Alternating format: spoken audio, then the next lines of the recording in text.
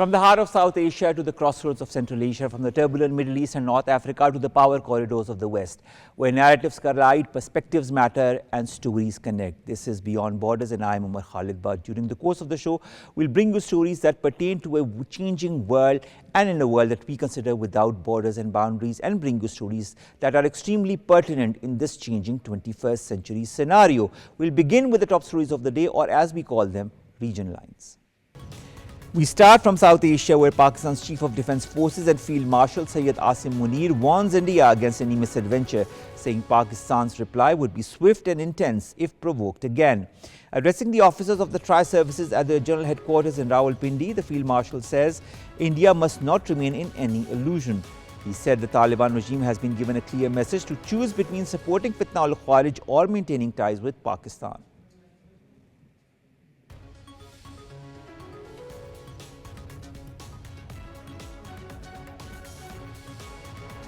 Moving on, the Afghan Taliban are facing international action as Australia has imposed financial sanctions and travel bans on 4 Taliban officials over deteriorating human rights situation in the country. Meanwhile, the UN has called on the Taliban authorities to lift its ban on Afghan women working in its offices, saying the restriction puts life-saving services at risk. In India, the country's aviation sector has plunged into chaos as opposition leaders accuse Prime Minister Modi of crippling the system through failed policies, cryonism and monopoly-driven model. The INDIGO crisis has sparked a political storm, with critics blaming government mismanagement for flight delays, cancellations and nationwide passenger distress.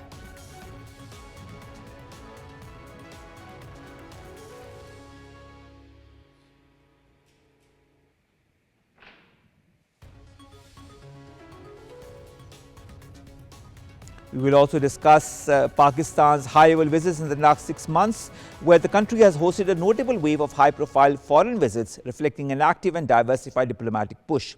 Indonesia's President Prabowo Subianto has also arrived in Pakistan on his first official visit to mark 75 years of ties and explore broad cooperation in trade, defense, technology and climate.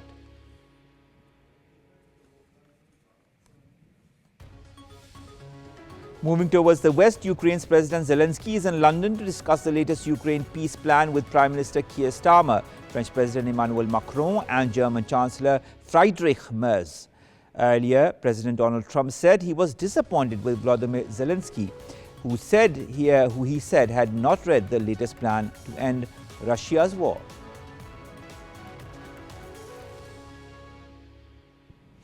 And finally, in the Middle East and North Africa, Syrians have marked the first anniversary of the overthrow of Bashar al-Assad on Monday, as the nation struggles to find stability and recover after years of war. Assad fled Syria for Russia a year ago as rebels commanded by Syria's new president, Ahmed al-Shara, seized Damascus and ended his rule, more than 13 years into a war that spiraled out of an uprising against Assad.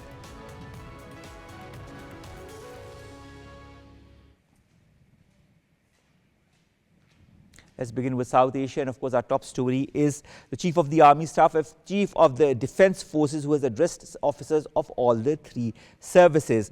Pakistan's top military leadership has issued one of its strongest strategic signals yet, with the Chief of the Army Staff and the Chief of the Defence Forces declaring the establishment of the new Defence Forces headquarters as a historic structural shift designed to unite the Navy, the Army and the Air Force for future multi-domain warfare.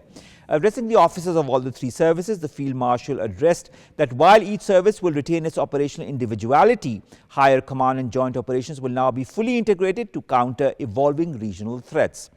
In a pointed message to India and the Afghan Taliban, he also warned that Pakistan's next response will be swifter and more severe, and made it clear that no actor will be allowed to test Pakistan's sovereignty, deterrence or national resolve. We've been joined by Defence Analyst Brigadier Masood Ahmed Khan Saab. Thank you very much, sir, to have joined us. How significant is this creation of the new Defence Forces headquarters in order to strengthen the tri-services integration at a time when we are seeing multi-domain threats demanding a unified and rapid response capability from Pakistan?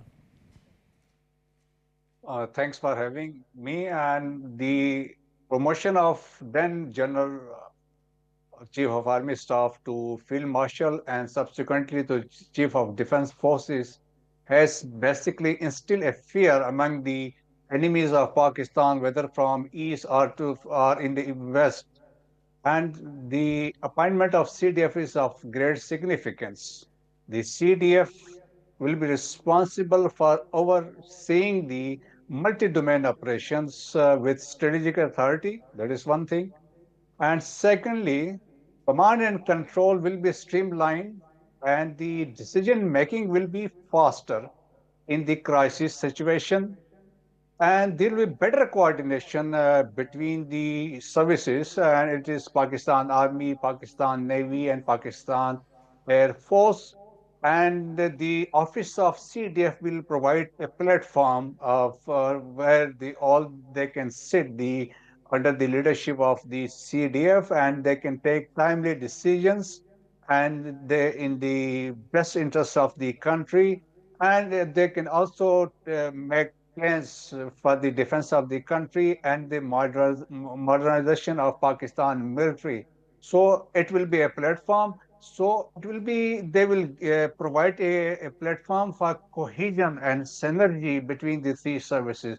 So that's why this office of the CDF will be very important, and CDF himself will be the person, will be most important, who will be responsible for to take strategic decisions in the interest of the country, along with, of course, with Chief of Air Staff and Chief of Naval Staff.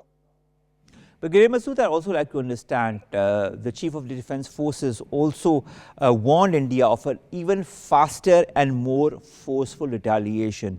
In your point of view, what is the strategic message that this sends to New Delhi amid the region's shifting military balance?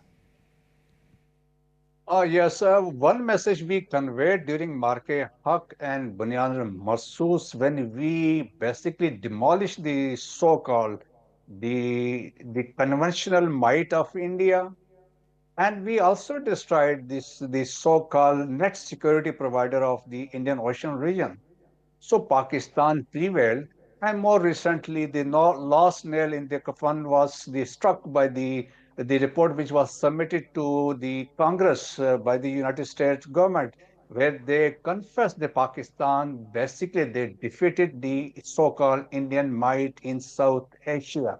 So this time again, and we have seen in the last couple of months that the rhetoric as well as the exercises close to the international borders in the Arabian Sea, etc., and they are trying to give us a signal.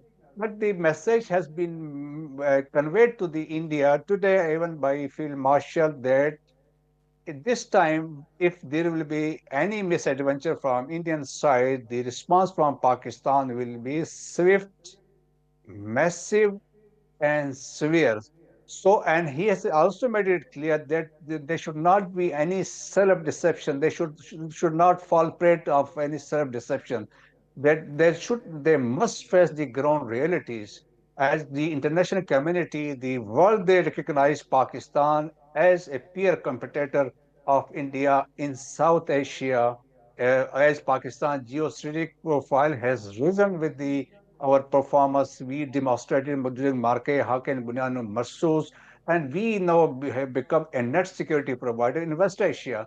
So Pakistan has now emerged as a strategic player in the internationally, and which is acknowledged by the most of the world countries, especially by the United States and other countries.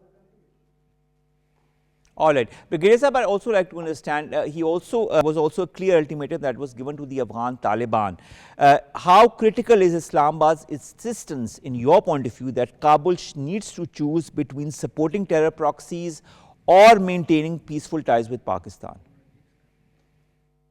And this has been made clear a number of times. And previously, probably a couple of months ago, it was Prime Minister who also said while visiting Bannu that they have to choose between Pakistan or the Fitna al-Kharij.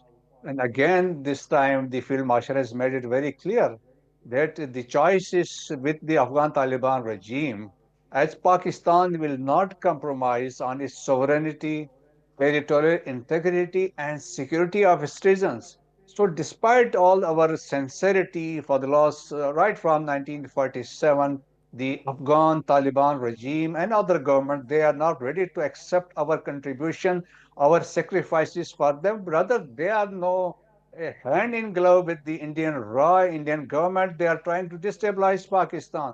So message has been very clear to convey to them that Pakistan will not compromise, and they have to choose between Fitna al Kharij or Pakistan. And Pakistan, as we have been talking in the past, that Pakistan has exhausted all the options. We have exercised strategic restraint in the past.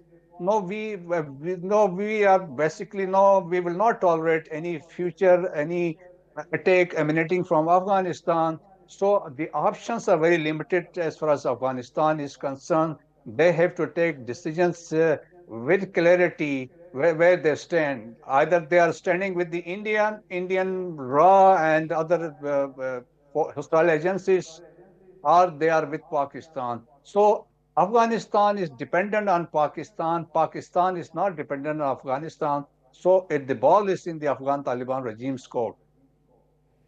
All right, thank you very much, Brigadier Masood Ahmed Khan Sahab, to have joined us to discuss these very important details that emanate from this meeting and, of course, the address by the Field Marshal Asif Munir. Let's now move towards Afghanistan. And as far as the Afghan Taliban is concerned, there have been different sanctions that have been placed on the Afghan Taliban government in the past as well. But recently, Australia delivers one of the strongest international rebukes to the Afghan Taliban, unveiling the world's first independent sanctions framework targeting their human rights abuses and support for terrorism. Now, this move marks a decisive shift in global attitudes, echoing Pakistan's long-standing warnings that Taliban-controlled Afghanistan has become a hub of repression and a safe haven for violent extremists threatening regional stability. The international community has again reaffirmed its hardening stance against the Afghan Taliban as Australia becomes the first country to launch an independent sanctions framework targeting Afghan Taliban officials for human rights abuses, extreme governance and support for terrorism. But Australia, as I said, is far from alone. Other countries have also done the same. So has the United Nations, so has the US. And the way it has gone as far as Australia is concerned, maybe more countries will also follow suit. We've been joined by Dr. Yasir Masood, who is a foreign affairs analyst, to discuss more on that, as well as Farhan Bokhari, who's a senior analyst who joins us in the studio. We'll begin with Yasir Masood. Yasir, thank you very much to have joined us. How do Australia's new independent sanctions, in your point of view, validate Pakistan's long-standing warnings about terrorist safe havens within the Afghan territories under the Afghan Taliban's protection? Or is some kind of a technical issue? So we'll ask the same question to Farhan Bokhari Sahab. Bokhari Sahab, these independent sanctions, how do they validate Pakistan's long-standing warnings about terrorist safe havens within the Afghan territory? Well, from Pakistan's perspective, this is another step in the right direction. Member of the OECD now coming out publicly, announcing these sanctions. And I'm sure there are others who might consider this as the next step. This completely refutes recent rumors that the Taliban are now beginning to gain more acceptability around the world. I think that is just not true. The history of Afghanistan, even recent in historical terms, going back to 9/11, because after all, Afghanistan was really the birthplace of that global catastrophe. So I think this is something which a step that Australia has taken is something that will definitely reinforce and give strength to Pakistan's view, which has been ongoing for some time now. All right, Farhan Sahab, also I'd like to understand, with a global power like Australia taking the lead, do you see other countries, other important countries following suit with similar sanctions? One thing is clear, that the global community is very uncomfortable with the way the Afghan regime is operating. And the Afghan government, the Taliban government in Kabul, is far from being acceptable to most of the world, indeed almost the entire global spectrum, in their present form. They have to change very radically, and I think there's a view that the kind of changes that are required in Afghanistan to give it more acceptability globally, those changes are beyond the reach of the Afghan Taliban. It's very hard to imagine the regime in Kabul to quickly, swiftly take almost a U-turn and head in the other direction, which causes all kinds of problems for the regime in Kabul. And even if tomorrow or this week or next week, we do not see any other country coming up with an announcement following what has come from Afghanistan, at the very least, I think the general global international discomfort with Afghanistan is very obvious. Farhan Saab, how significant is it that Australia imposes a complete ban on weapons supplied to Afghanistan, especially when Pakistan has consistently linked the Fitna al-Kharij or TTP's enhanced firepower to the Taliban engaged trafficking? In diplomatic terms, in terms of reinforcing Pakistan's own position on this matter, I think this is something that Pakistan will definitely welcome. Having said that, I think we should remember that Afghanistan, after all, is a country with vast amounts of geographical space which is outside anyone's control, including the regime in Kabul.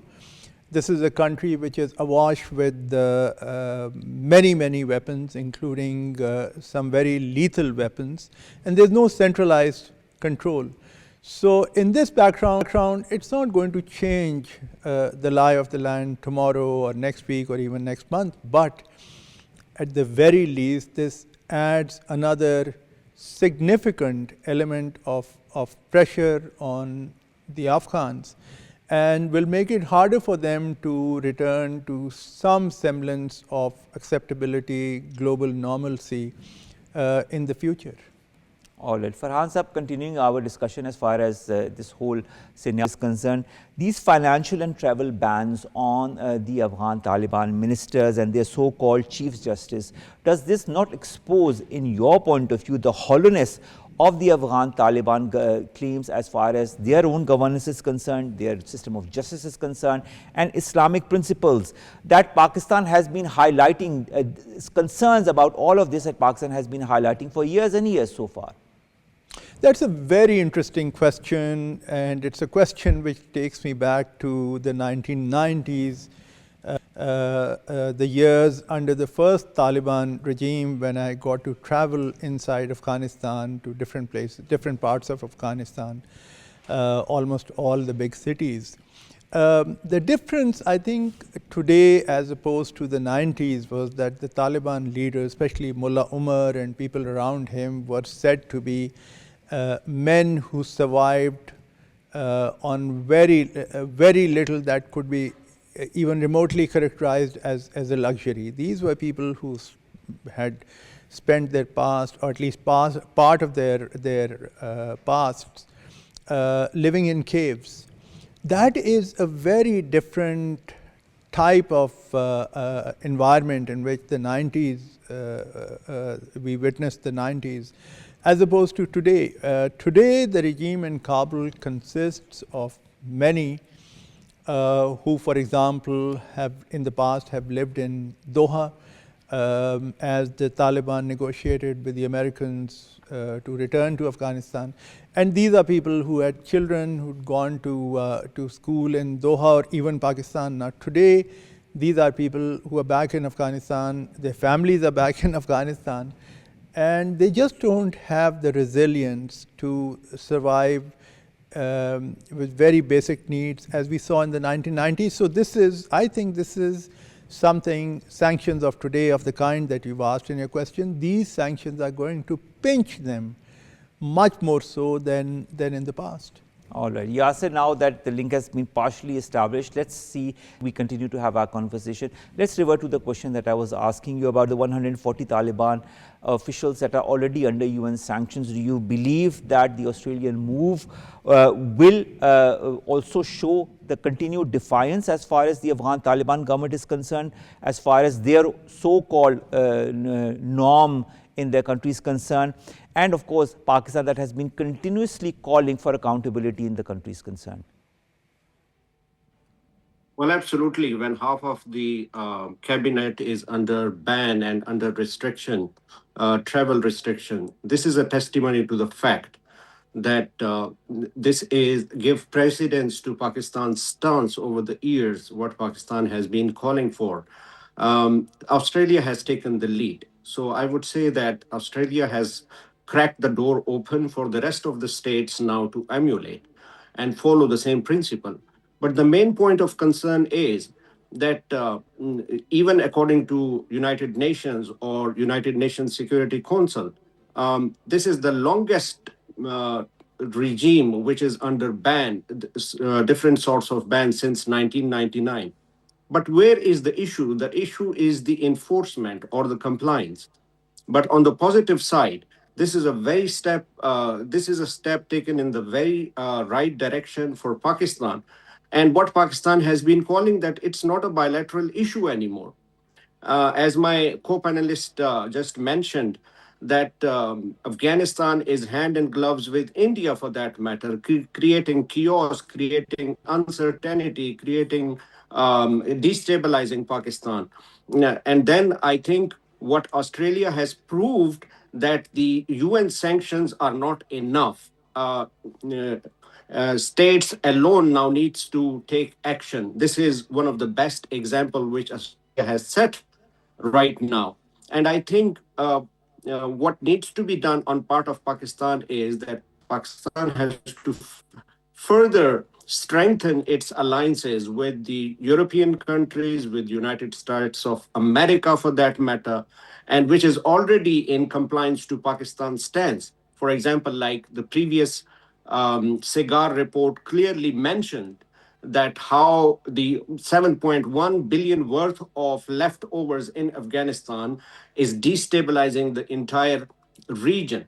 The killing of Chinese in Tajikistan, again, it was emanated from Afghan soil, shows that how horrendous it could be, because we are not talking about the TTP anymore. We are not talking about the BLA anymore. Al-Qaeda is over there, ISK is over there. So I think this is turning out to be a regional, rather a global problem, the transnational security problem, which needs to be looked into. And that's what Pakistan has been calling for over the years. So I think, as I mentioned, that this is the step taken in the right direction. And I'm sure that other states, like in the European countries, United States of America, can take the lead from there. And I think it's a good omen for Pakistan.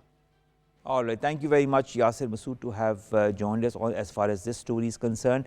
Now let's take you to India, where amongst other crises, another crisis that is engulfing India, and of course it shows where India is going internally and externally as well. Externally, we see all the disinformation, misinformation, all the campaigns it is moving as far as Pakistan is concerned. But internally also, we see a lot of issues that are crippling India slowly and steadily. One of them concerns its aviation industry. Now, the aviation sector has been shaken to its core in India after INDIGO, the country's largest airline with a dominant 65% market share, had suffered a historical operational collapse, cancelling more than 2,000 flights in a single week and stranding tens of thousands of passengers in the country. This is a big crisis for the country, and this is a crisis but they don't seem to come out of as we speak. We will continue our conversation with Farhan Bokhari regarding this very issue.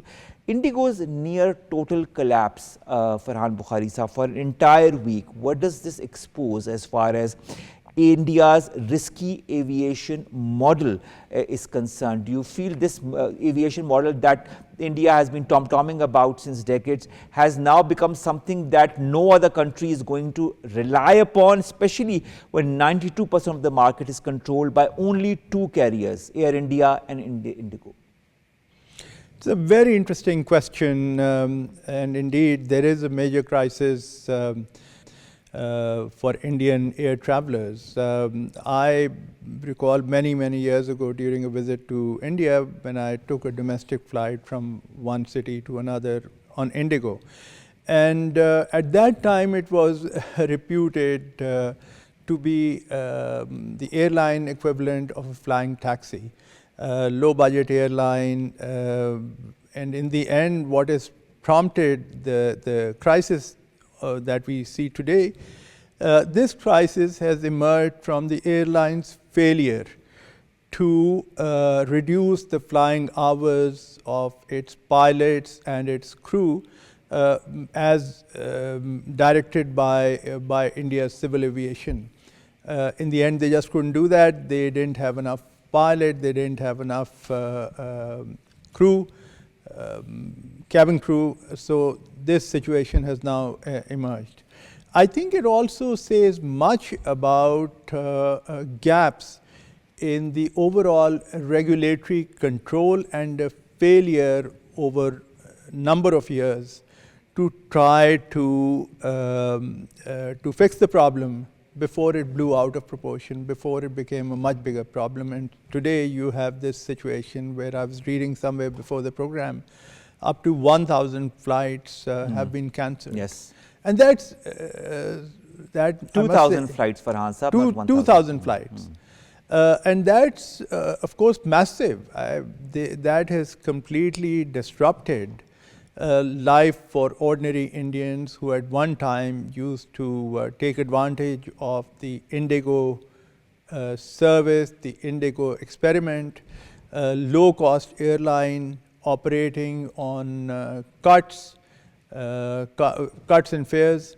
And look what has happened in the end. So I think it says much about a number of elements, failed experiment, but also, as I said earlier, failure by the authorities to manage the problem before it grew out of proportion. All right, and that is true. There are so many things that are growing out of proportion, blowing out of proportion when it comes to India. And India, it seems, is unable to manage its internal crisis, leave alone whatever it is concocting when it comes to Pakistan is concerned. Pakistan has shown it in May, and if any other misadventure does occur, it will continue to show who is the mighty in this region.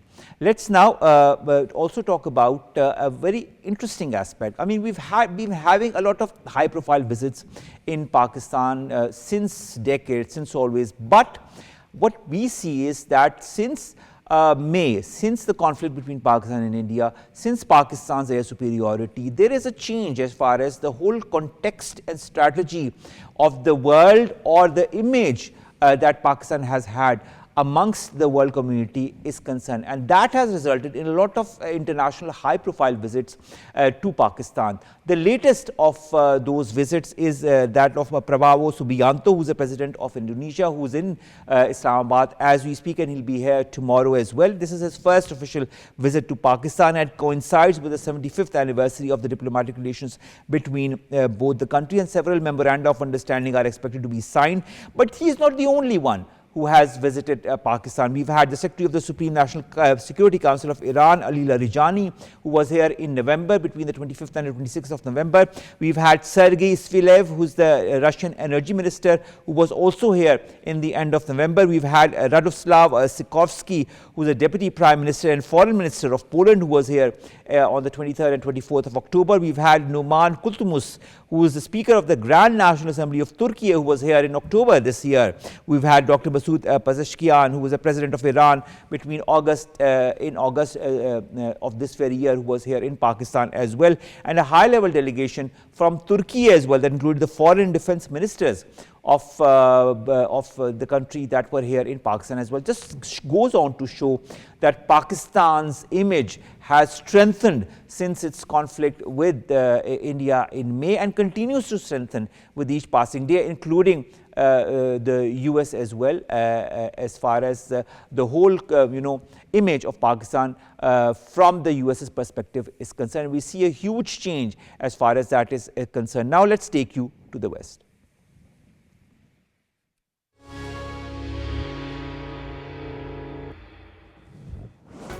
Now, today is day 1383 of the Russia-Ukraine conflict. On the one hand, we see different skirmishes between both the sides. On the other hand, we also see overtures as far as the peace talks between Russia and Ukraine are concerned. The US is trying its level best to find some kind of a solution as far as these peace talks is concerned. A fresh round of high-stakes diplomacy is underway as President Zelensky has arrived in London for talks with the leaders of the United Kingdom, France and Germany, just days after Ukrainian and US negotiators drafted the latest peace plan in Florida. Russia is pushing for territorial gains. Western unity is fraying. Washington and Moscow are signaling sharply different expectations. In all of this context, what will happen to this peace deal? Will it move through? Will there be other hiccups? Or will finally all the sides will understand that the only way forward is through this peace deal? This and more will be discussed in this very segment. We'll begin our conversation with Dr. Yasir Masood. Yasir, Western unity is under severe strain under the current circumstances. Zelensky is meeting the leaders of the United Kingdom, of France, Germany in London. How realistic is that a consensus might be reached in these meetings as far as the future of the peace deal is concerned? Well, Omar, as you mentioned, that it's more than 1,000 days of the Russian-Ukrainian conflict. Let me show you a bigger picture that the security architecture of the world is fraying at the moment. And that's why we see that the different parts of the regions, different parts of the world are gripping with geopolitical conflicts.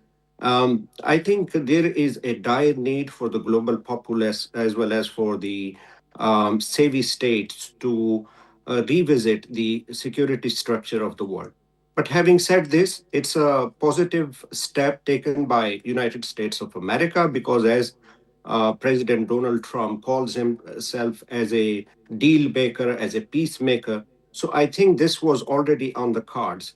It has already been delayed, considering the fact that there had been back and forth meeting with President Zelensky as well as with Putin. So I think right now it's a critical moment in this conflict because at one side, if we see that I think that Moscow is in a better position to leverage this political peace deal because of its territorial gains, because of its better geopolitical profile, and also because of its better alliances.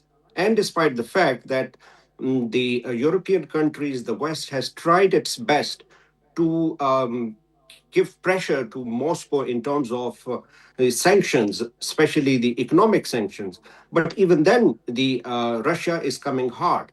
And there are some concerns from Russia as well as from the Zelensky on both sides that on one side there are territorial gains, but on the other side there is tremendous domestic pressure on Zelensky, and as well as from its journal, from its military, from its population, and it's from government that it cannot allow unilateral territorial gains to Russia. On the other hand, Russia feels that it is in a position where it can further take strength in terms of its territorial gains and wants some sort of a further secure guarantees from United States of America as well as from Europe. So the Zelensky meeting with the European leaders, it is difficult but not impossible. I see three particular scenarios that how Berlin, how London, and how the French authorities would see this because they also have some sort of, pressure from its population and pressure from its governance. Also, the economic situation of the entire Europe is already under strain. So we have yet to see that what sort of guarantees Zelensky can get from these European countries. If it can get the guarantees like the financial guarantees, the long-term strategies, which Zelensky is after for many years now, and also the winter is just around the corner. So Zelensky might be hoping for some sort of sustainable guarantees emanating from the Europe. Otherwise, situation would be very difficult And it seems that Zelensky is in a tightrope situation because on the other side, I have explained the scenario of Moscow. So let's see what's going to happen. As I mentioned, that it would be very difficult for the European countries as well to give sustainable guarantees to Zelensky. All right. So a lot of question marks, a lot of what if, what how, and when is what might come to light in the coming days, more maybe after these meetings with the Britishers and with the French and with the Germans. So let's keep our fingers crossed as far as that is concerned. Yasir, Masood, thank you very much to have joined us. Farhan Saab, given that senior US envoys describe this deal as really close, and that is something that has been echoed by the US side more than one time recently. But Moscow insisting that Washington must make radical changes as far as this peace deal is concerned. What does this gap tell you as far as the core territorial issues that are still more of a stumbling block as far as reaching some kind of a finality as far as this deal is concerned? Thank you. In this kind of a fairly volatile situation, a deal really close beyond a certain point is immaterial, because unless you have the deal, you cannot be certain. It can unravel unexpectedly at short notice. That said, I think we should also remember that on the ground, from the reports that we've seen so far, the Russians do seem to have the upper hand. When the Ukraine conflict began in the first few weeks or months, the Europeans and I think the US as well came together to provide the Ukrainians, to provide Ukraine with the military equipment. But I think I get the feeling that by now people have resigned themselves to the view that even the provision of military equipment has really not changed the balance of power on the ground in favor of Ukraine.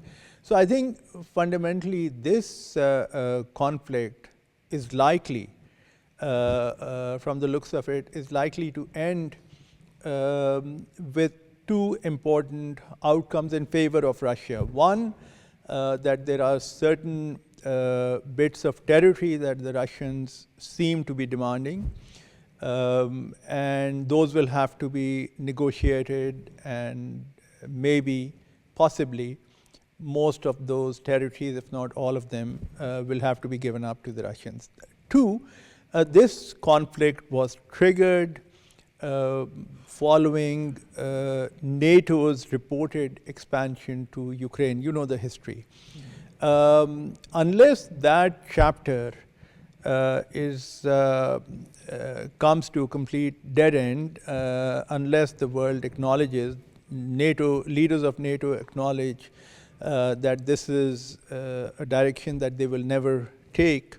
Unless that happens, I doubt if the Russians will be willing to sign off on a peace deal, because today you have peace in Ukraine because Ukraine is under pressure. What happens a few years down the line? And there is a whole NATO angle as well that Absolutely. Russia is complete does not want Ukraine to be part of, but the European Union is saying that it continues to move in that vein and in that direction. They want Ukraine to have some kind of a backing by the NATO, if not a complete member of the NATO. But there are a lot of contradictions as far as this whole points of views between the Russian, the Ukrainian, the European and the American stances are concerned. Let's hope some kind of a deal comes through, and this conflict that has seen more than 1,300 days finally comes to an end. Let's now take you to the Middle East and North Africa.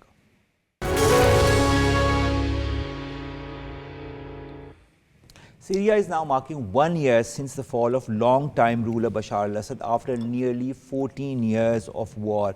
Syria's President Ahmed al-Shara has vowed to rebuild a strong Syria with a structure that is befitting its present and its past. On December 8 last year, the rule of the Ba'ath Party collapsed when Damascus was seized. Al-Assad fled to Russia, where he was granted asylum.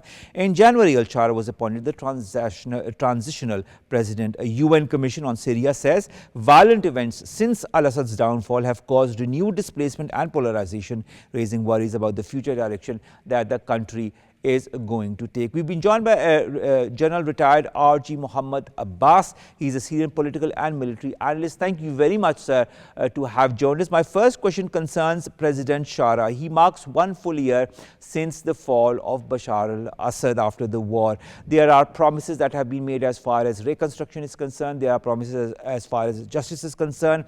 How realistic, in your point of view, now a year after this government took over and Bashar al-Assad fled Syria, is the whole promise for national unity when there is sectarian violence, when there is regional autonomy that demands for regional autonomy continue to fracture the state as it is in this present sense?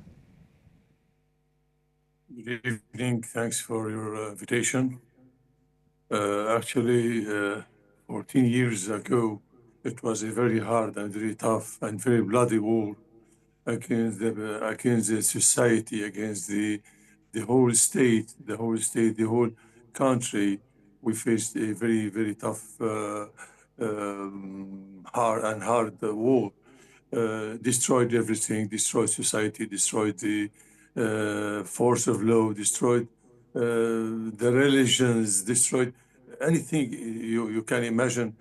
These 14 years was another type, another kind of war, because it wasn't only a war by two sides. It was a war between the mentality, the way of thinking. So I think now, after 14 years and after the collapse of the regime, the al-Assad, the collapsing, I think nowadays Mr. Shara needs a lot of arrangement, deep arrangement, to reunity the society, to reunity the people who are nowadays in fear. You could say in a fear something going wrong, because they are calling for religious sectarism, calling for beheading, and sometimes some massacres happen in the seaside or in Suida or another places. So the people are not satisfied, or they are not in a safety zone. So because I'm really sure, because less of power, deep of power, because after the collapsing, the interior forces or the army had been there is no army, there is no interior forces, police forces. There is no police forces, so they are nowadays rebuilding that forces for the next step in rebuilding or reunity the society. It is a very hard and tough situation in Syria nowadays, but we believe in the future. All right. You say the situation is very tough, General Abbas, but under the current circumstances, when you see a strategic realignment as far as Syria is concerned and a tilt towards the US, towards the Gulf states and towards Turkey, how does this all bode as far as the future of Syria's stability is concerned? Is this a step in the right direction?